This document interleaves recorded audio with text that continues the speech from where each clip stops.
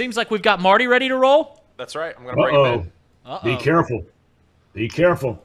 Marty, welcome in here. Appreciate you coming on.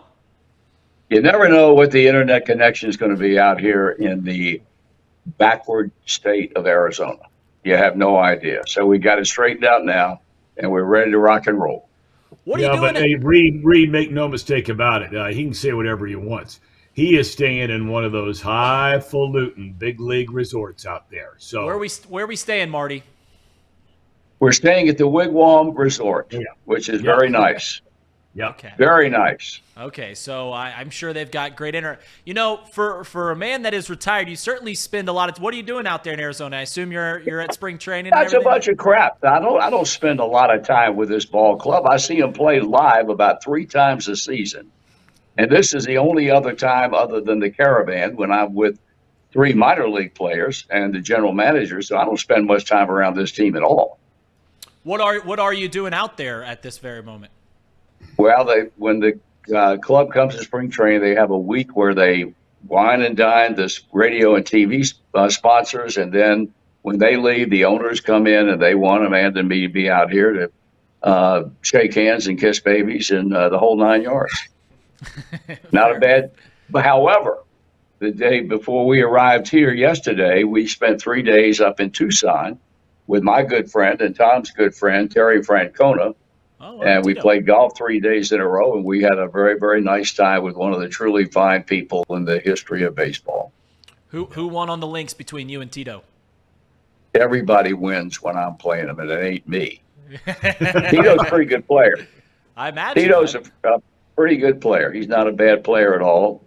And we ran into, I told Thom by phone yesterday, we just accidentally ran into Lou Piniella, the former Reds manager, and his wife, Anita. And for those fans of Lou's, probably folks know that he's had a very tough time physically in the last 3 or 4 or 5 years. And he's looking great now, and he's a good, sound mind and body. And I think he's coming back strong. He's a fine person. That's good. That's great, because Lou is truly one of the greats in the sport. Marty, you said you don't do a whole lot with the team, but you do the Caravan. Obviously, you're out there right now with the team. Out of all the things you do with the Reds, which do you enjoy the most? In your retired... I like the Caravan. I've always enjoyed it. The older I get, the more it wears me down over a 2 or 3 day period. But I enjoy being around, being on a bus and talking baseball, especially with the president of baseball operations, Nick Kroll. And I was very pleased this year because I was on with three youngsters who have great opportunities of making the big leagues down the road with this club. And so I think for the most part, the Caravan is the thing I enjoy the most.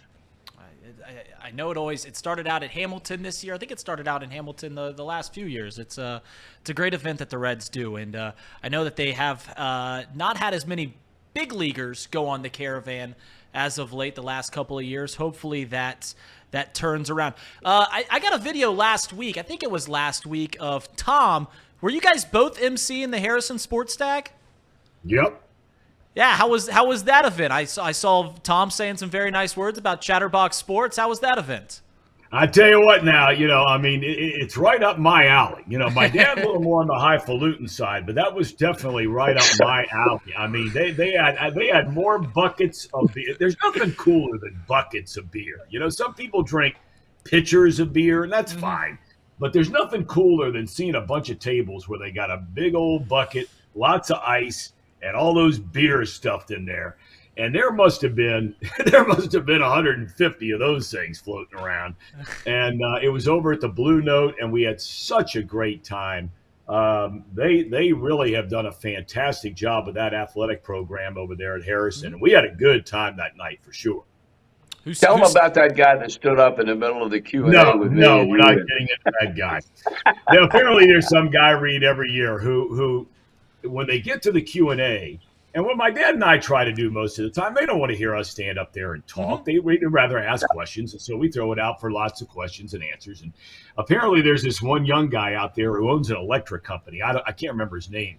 But apparently every single year he raises his hand for a question, maybe about 3/4 of the way through it. And the second that he's called on, everybody in the room just goes, "Oh, man, here we go, here we go." And the guy's first line out of his mouth, he's like, "I got two things to say. Number one, I should be in the Harrison Hall of Fame. I was the best soccer player that's ever played soccer at Harrison." Everybody yelling and screaming. And then the next thing, he lays into the guy who's a landscaper about rocks being all over the field and his kids' knees and bodies getting torn up. I mean, it was really much more colorful. Tell him what he said. No.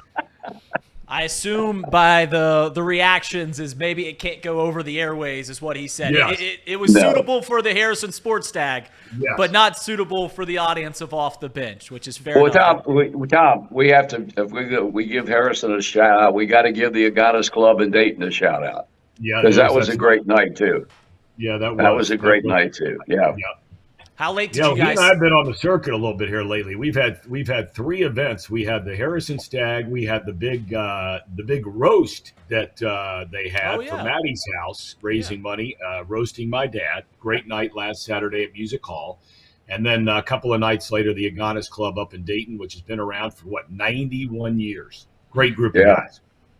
Yeah, I completely forgot all about the roast. Marty, how did it go? Did they take it easy on you? It was spectacular. It was sensational. They raised between $500,000 and $600,000 for Maddie's house. The big shout out to Steve Raleigh and his wife Julie. They're two very special people that have such a passion, and from a personal perspective, because they lost their daughter, who had some problems down 5 years ago, and they made a decision then that they were going to do something to bring to the forefront the problems that folks have with mental problems and addictions and so forth and so on. And they've done a wonderful job. They've become dear friends of both Amanda and mine. And it was a special night. It really was. We had some great roasters, had a lot of people, over 600 people there. And like I said, they raised a ton of money to expand what is already a great facility in Maddie's house. That's fantastic. Thom, if I recall correctly, maybe my memory is failing me, you mentioned something about Bob Costas called you one time talking about the roast. Did I get that right? Yeah, because Bob couldn't come into town for it, so he made a video. Okay. And he had some ideas about what he wanted to do. And so he had asked me, he said, I've heard him make some comments in the past talking about my dad, about Scott Boras. And I'm like, yeah. I'm like, he's quite a bit. He's like, well, are there a couple of other guys that maybe, would fall into that same category? Yeah, there are. There's a couple of them out there. And so Bob took it and off he went. He is just such a creative, smart guy. And I wish he'd have been there in person. He wanted to be there in person, but he couldn't get back. All right. Well, it sounds like it's a great event. Obviously, Bob Costas is one of the greats. All right, guys. Marty, one thing I wanted to ask you about is you're out there in spring training. You're out there in Arizona. Obviously, there's a lot of hype around this Reds. So many young, fantastic players. Really, the first time that the Reds have had this many young, talented players in a decade, right? When Jay Bruce, Joey Votto, that crop came to come up. And out of that crop, there is one guy that I think we can all assume is going to be headed to Cooperstown. So I'm going to ask you to go out on a ledge here and do a little predicting. If you had to predict any of the current young players on the Cincinnati Reds that will have a Cooperstown, a Hall of Fame career, who would you guess it would be? Boy, that's a tough question. I don't know. To be honest with you, I think it's way too early to speculate about these guys, most of whom are going into the second seasons in their big league careers. An awful lot of talent among all of them. But to make it to Cooperstown, it's what happens over the long haul. And I don't know that there would be one that would readily come to mind. If you'd asked me 4 or 5 years ago, I probably would have said, given the hype and everything else that went into Hunter Green being a number 1 draft pick, and as a high school kid being on the cover of Sports Illustrated, I would have probably said him. But He's not been able to stay healthy. He's been the best example that I've ever seen of the comment that my late great friend Joe Morgan said years ago is, when you get to the big leagues as a pitcher, you can't throw it hard enough to throw it by big league hitters. And Hunter Green has proven that that's the case, because if you keep throwing that fastball up there, they're going to figure out how to hit it. So I don't know. I don't know that I could name one player. I would say De La Cruz, but he struck out 33% of the time last year. And you can't play in the big leagues if you're going to strike out 33% every season. So that's got to be something that he can combat and improve upon in 2024. I don't know that I can name one player. Yeah, they certainly got a lot of improving to do. One guy that I love just watching play the game is Matt McLean, because he seemingly does all the things right, and I know he's got some injury problems, trying to come back right now. Thom, is there any of the young guys that you're most obviously you've talked a lot about on the show, but what guys I got to tell you, Reed, the guy that and I the Hall of Fame thing is so far away, like my dad said, but I got to tell you, the one guy the one guy last year watching him, and I know it's only spring training, but there's just something about him, and I may prove to be 1,000% wrong. But I really believe Encarnacion Strand is going to be the best player of this whole group. Now, when I say best player, I'm talking about most productive offensive player. He is not an athlete, dynamic athlete like De La Cruz. McLean's a very good athlete.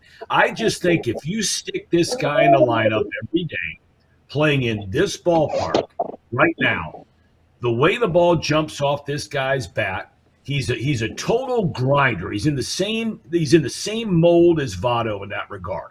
Nobody's going to outwork him. He keeps his mouth shut.